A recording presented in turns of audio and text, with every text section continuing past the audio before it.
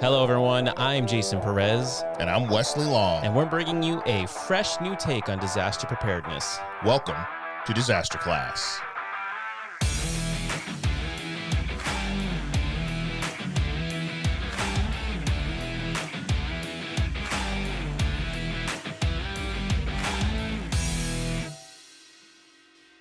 Hello, everybody, and welcome to another episode of Disaster Class. I'm Jason Perez. And I am Wesley Long. And you know what that sound means, Wesley? We are now in session. Class is in session. That's it. So, how have you been, Wesley? I feel like I haven't seen you in a little bit. I've been good. No major complaints. Things are good. Yeah. How about you? You just got back from somewhere? Yeah. Well, that's why I haven't seen you, because I was on vacation. Yeah. So, we went up to Maine, a nice little spot near Acadia National Park. It was beautiful. Got to enjoy some little relaxation, and we had a great time. Good for you, man. I saw some of the posts. It looked like you guys were having a blast. Yeah. Actually, I was pretty cool because, recently we just had our episode featuring Sawyer, Yep. and we know how much we love Sawyer. But this is actually the first time, I've been a big fan of the water filters, but I decided to actually test out their bug repellent products. Oh, okay. So they have a couple of products for bug repellent. And let me tell you, because I hate the mosquito, I'm like a mosquito magnet.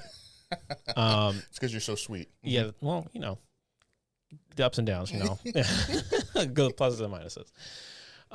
But that, I got to tell you, their bug repellent products actually work pretty well. Like, really? Yeah, so 'Cause I they hate have bugs this too. one, and the name escapes me right now, but I'll post it in the notes.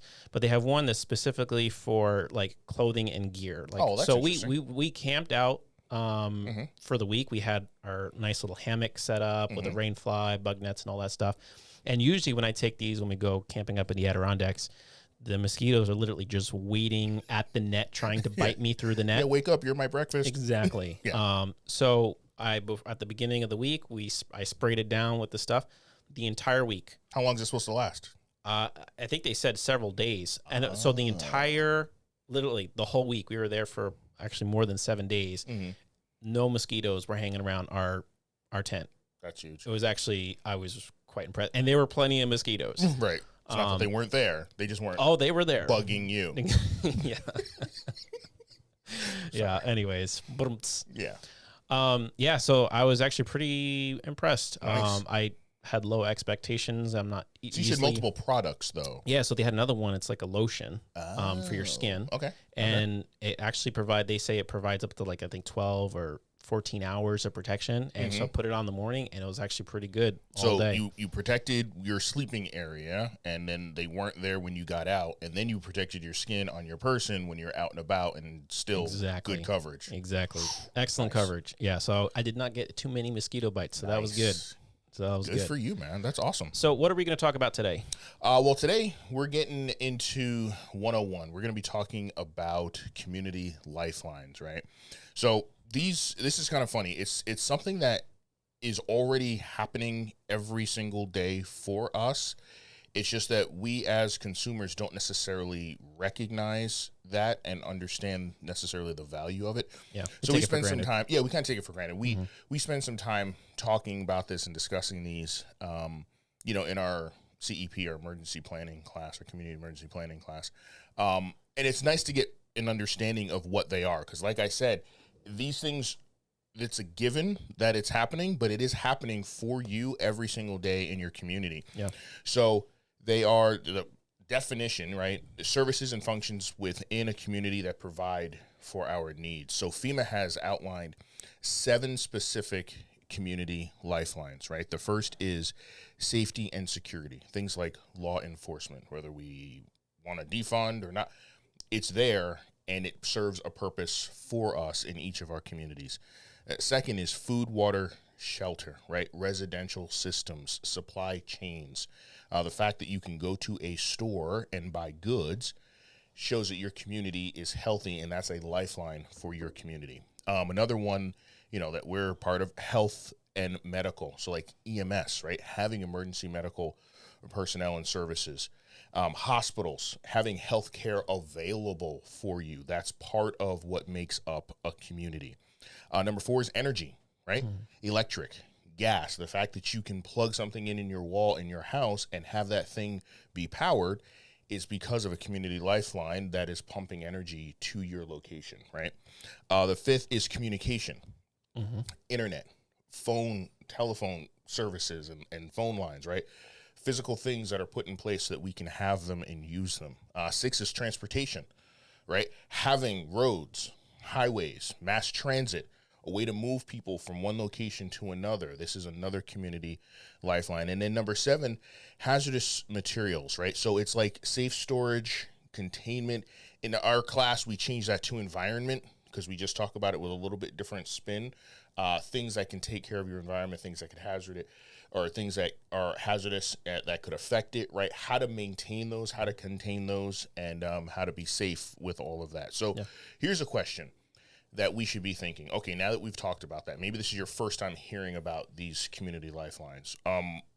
Why are we concerned with them as individuals, right? Jason, why does that matter to us? And you've kind of used a really good illustration in the past when you talk about the domino effect, because personal risk does not always mean direct exposure to a hazard. Now, of course, we know when we talk about hazards in our risk assessments, there are certain things that can affect us directly, but then there's also this domino effect, right?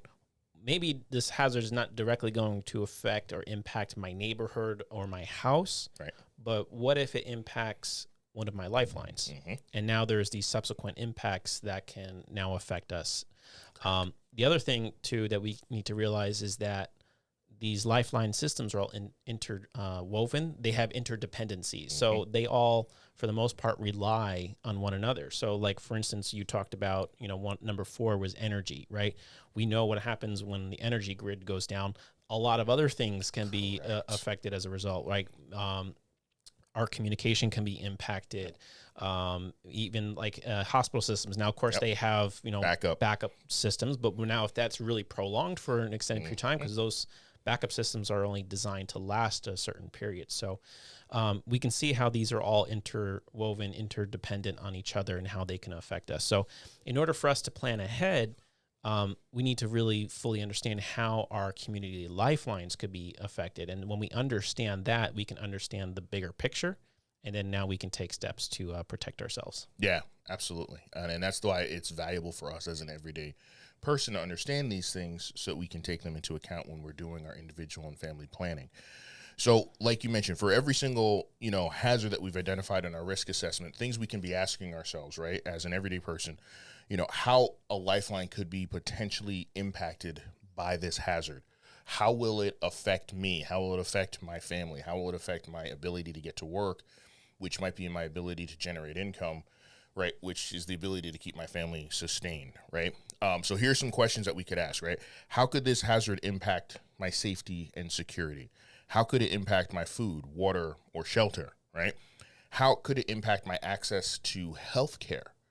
What if communications aren't working? Things like the internet or phone lines, right? Cell towers, right? That's a whole different communication system than the hard wires, right?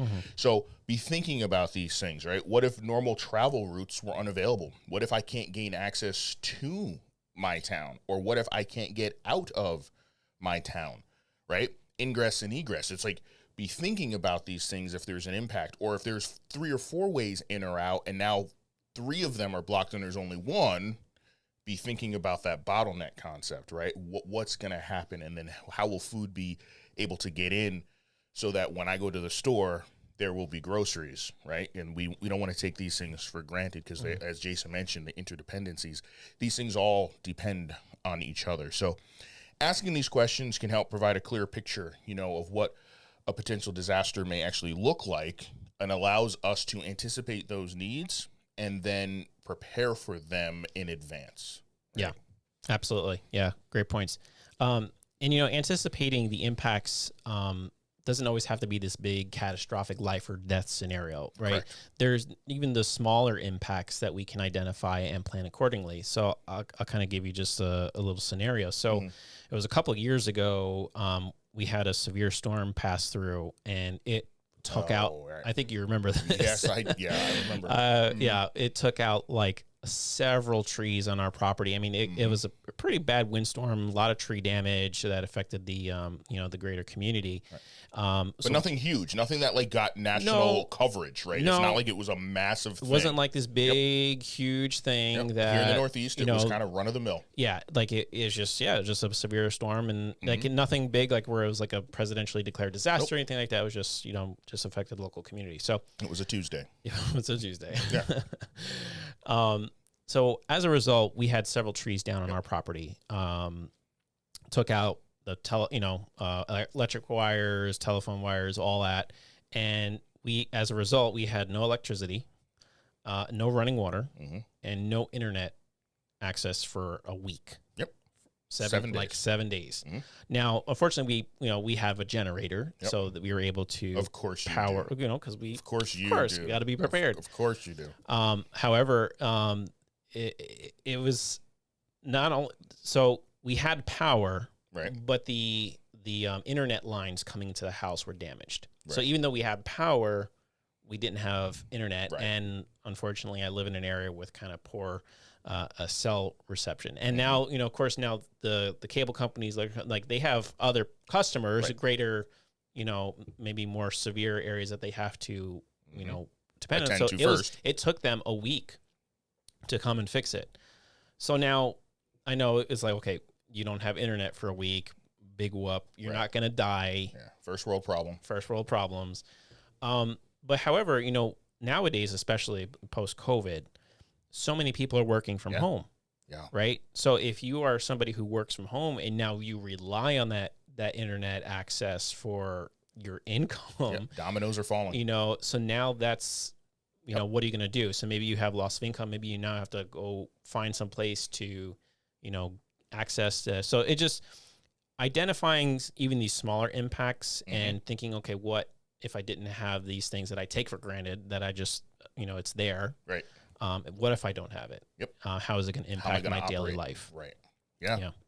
Yeah, that's huge. So what we're going to do next is we're going to do, I think, School of Hard Knocks. Yes. We initially were planning on talking about one, but sadly, there's been another disaster that has come up on the radar just recently. Yep, like this week.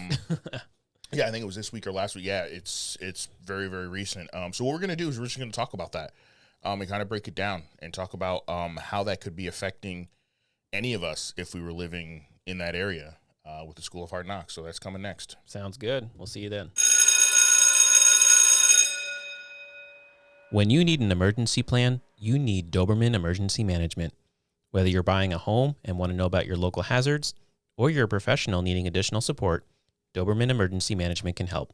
Visit DobermanEMG.com today to learn more.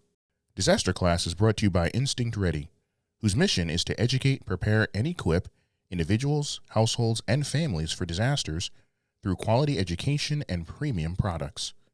Use promo code DisasterClass at InstinctReady.com for 10% off site-wide. All right, welcome back to the School of Hard Knocks, where we just want to talk about something specific and real, break it down, and see if there's any lessons that we can learn from it. So initially what we're going to discuss is what happened in British Columbia back in November of 2021. So it's been a few months, but not everyone necessarily knows what happened. So we'll give you a quick overview, right? A huge storm came, dumped a record amount of rainfall over parts of British Columbia and in Washington State also. So U.S. was affected. And the storm resulted in, we can use the word catastrophic flooding, like on a massive magnitude. Some severe flooding. Yeah. Thousands had to evacuate or await rescue, right? Because they were just trapped and couldn't get out. So based on the conversation we're having today with Community Lifelines, when that type of catastrophic event hits an area or region, Jason, how are Community Lifelines affected? Yeah, impacted by that? It's a great question. And then when we kind of look at the scenario, the events that unfolded there, I mean, really, many, if not all, of the lifelines were impacted. Yep. We think about safety and security. We'll kind of go through the list of the lifelines that we identified, right? Law enforcement, when you have that kind of a big widespread event, law enforcement, normal security measures, they're not going to be able to function as normal. So that's going to be impacted, right?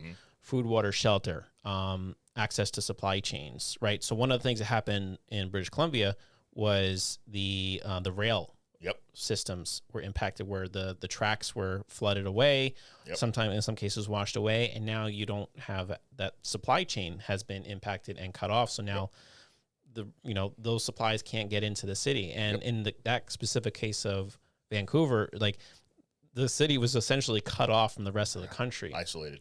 Yeah.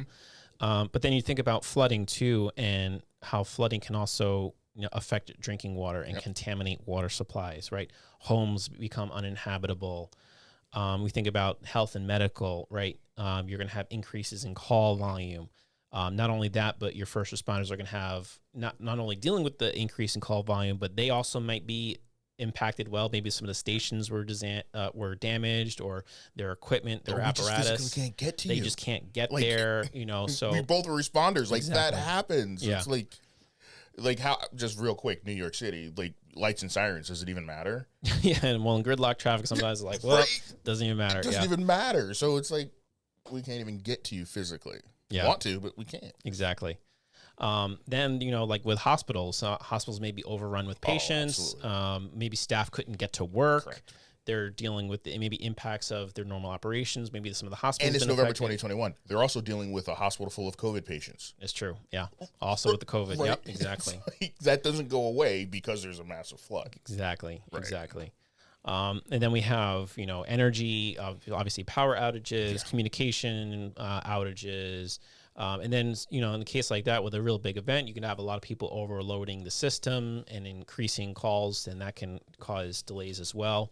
And then we look specifically with British Columbia too, and Vancouver, is you had major impacts to transportation.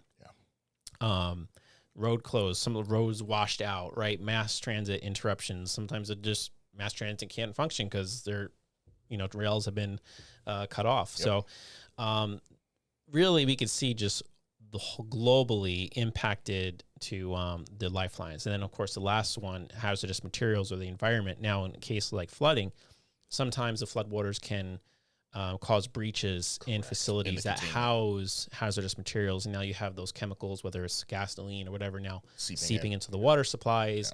It's just, it's like like you talk about, it's that domino effect. It, just one thing after another, literally. And again, this is like a worst case scenario, right?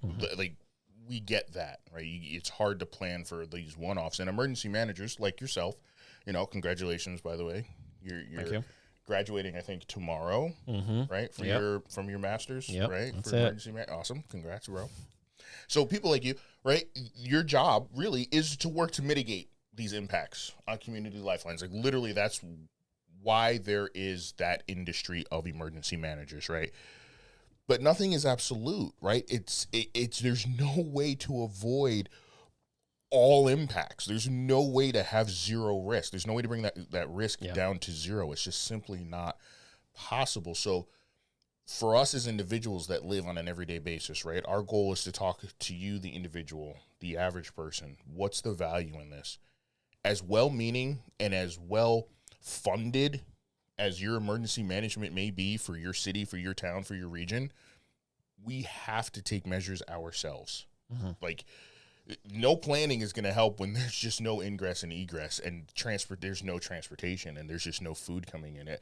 Like, how good your plan is at that point in time, you and your family are going to have to eat today. Are you prepared for that?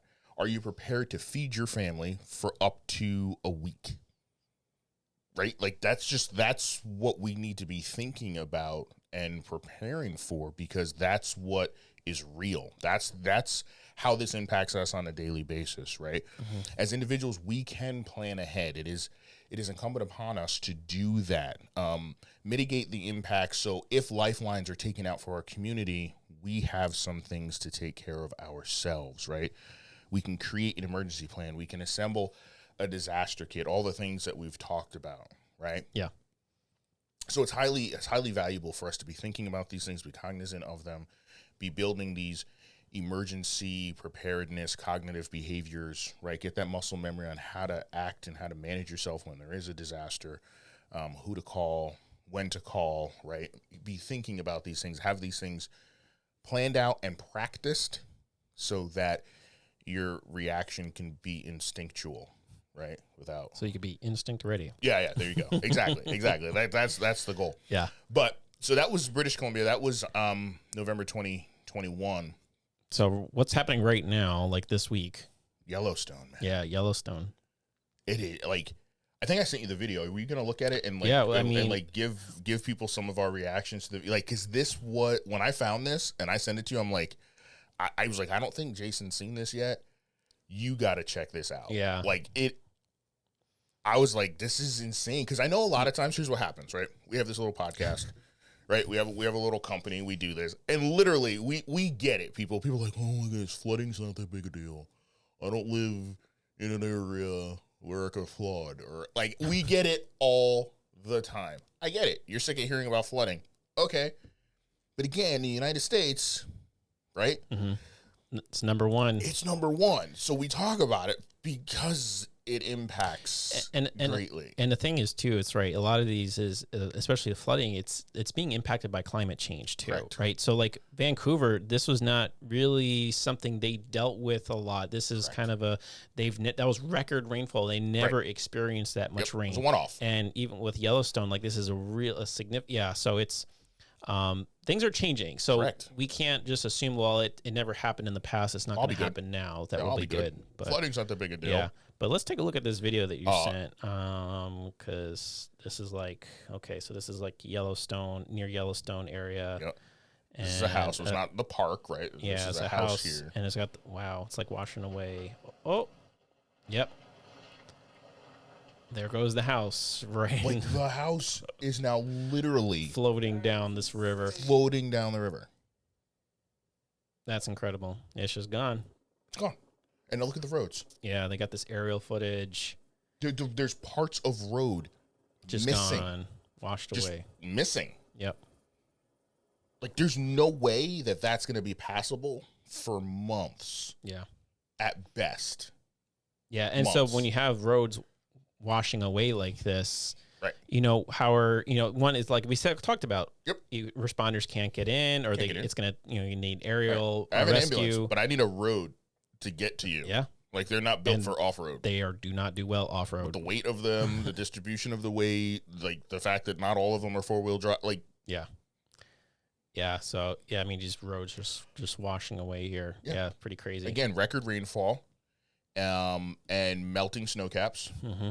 Right? Like, that's what's all. So it happens. Like okay, November 2021, it's like, oh, that was once Yellowstone, right? Like, this is an active situation. Yeah. So, yeah, it's crazy. We got to plan for it. Got to plan for it. So now, in future episodes, we're going to introduce you to another subject that we teach in our community emergency planning class, and that's this concept of the 8 essentials. So we have Community Lifelines, which provide for us on a day-to-day basis when things are normal blue sky days. But then what for those gray sky days where now those lifelines have been impacted? Now, this concept of the 8 essentials helps fill in the gap, right? Mm-hmm. We no longer maybe have access to a lifeline, so how are we going to care for it? And so we're going to talk about preparing for these 8 essentials and how we can fill in the gap of that. And if you don't mind, because I like to be the everyday guy, right? Not the emergency manager with a master's degree. What we are doing with the 8 essentials, we're giving you 8 specific tangible targets that you and your family can aim for. And achievable targets. Achievable targets that basically replicate the Community Lifelines, right? That's how we developed the curriculum, how we developed like the psychology of this component of our class. We took those Community Lifelines, which happen on a community en masse, right? But now on an individualized level, these 8 essentials, if you target and focus on these 8 things, you and your family will have reasonable, success, and you'll have reasonably covered all the things that you really will need in a 3-day period, 72 hours if you have to go, right? Because then with the 8 essentials is What if you're on foot, right? What if you're on the move, right? That's the whole concept of a go bag, right? You have to leave point A and get to point B, right? And in the meantime, you're not going to have access to the 7 community lifelines from the community. You have to basically bring those things with you on your back, right? So what are you going to take with you? What are you going to be targeting to have to take care of yourself to make sure that your needs are sufficient? Or if you're sheltering in place and your 7 community lifelines are not providing for you at this time because of the situation, how can you target specific things so that you and your family will have what you need? Yeah. Sorry, that's just, I had to break that down into like the everyday speak. Yeah. It's just like, that's why the 8 essentials are so valuable, and that's why we created them. Yeah. So we're going to dive deep into that in future episodes, and we'll probably, I think we're going to take one essential at a time. We'll break it down. Because you can tell we're slightly passionate about it. Yeah, just a little bit. Yeah. We like it. So in review, yeah. Community lifelines are essential services and functions within a community that provide for our daily modern needs. It's important to remember that these community lifelines have interdependencies, right? They rely on each other and can be affected if another lifeline is impacted. Now, again, even if we're not directly impacted by a hazard, we can still be affected by its impacts on our lifelines. So by understanding and assessing our risk to our community lifelines, we can plan ahead and mitigate the potential impacts. And we're going to dive into that further on the how in future episodes. So that concludes, I think, our community lifelines, right? Yeah. Although it's a class, so there's always homework. Yeah, right? There's always homework. There's so always now, homework. Before we conclude this episode of Disaster Class, as Wesley said, there is homework. That's it. So, same thing, guys. Please, we hope you enjoyed it. So just make sure you like, subscribe to Disaster Class, leave us that 5-star rating, give us a thumbs up, and we really want to hear your comments. If you've been in a situation where your community lifelines have been impacted and you've had to figure out where to go for food or for shelter or any of those things, we'd love to hear from you, because again, that's why we go through the School of Hard Knocks. Is when we talk about something, there are things that we can learn. There's lessons we can learn from that. So please comment on something you've learned, something you've appreciated from this episode. Yeah. And as always, if you have that question, preparedness tip, or disaster story to share, send us an email at disasterclass@instinctready.com or drop us a message on Instagram, Facebook, Twitter, or LinkedIn. And as always, doing so will put you in a running to be featured on the show and win some cool prizes in the film. So thank you guys so much for listening to Disaster Class. Stay educated. Stay prepared. And stay equipped. We'll see you next time.